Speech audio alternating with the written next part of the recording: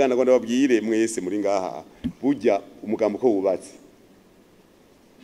hariho komandema imwe aha mu mugambwe hejuru hariho ico bita inama nkuru y'inararibonye.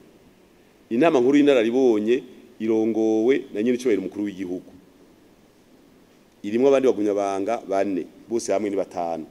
Ni kuvuga ibyaba bikorerwa muri leta nk'ivyo twe dukeneye mu mugambwe ko dukora nk'umunyamabanga mukuru w'umugambwe ndabidugana mu rwego mu nama nkuru y'inararibonye, nkavuga nti iki kirihuta coshirwa mu ngiro.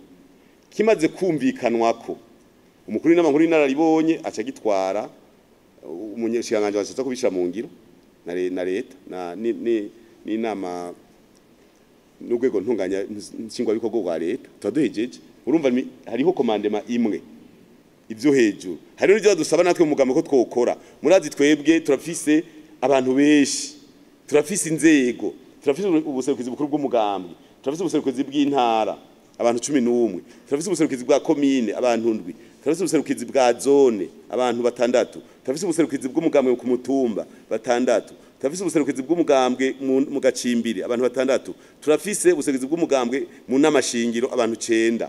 Haca hongera ko rero abandi twateguye bashikijana na 2 ku mutumba wose. Turafise 300 twise ibiraro byo gushikana ubutumwa. Ikintu tuvuze tuti iki umwene gihugu wese naho twavuga tuti kuwa Mungu umugumyabanga wese azogera imibarabara yambaye impuzu meshi bica bifata. Urumva tuko turapanga neza, ntimuvuge ngo tuko turapanga umugambwe umwe mugabo tuko turapanga ku buryo muzobibona mu misiza ingene hazoba hariho umurindi munini mu gukora ibintu. Tuvuze tuti dukeneye iki kinyaruka gihera dutangura ikindi.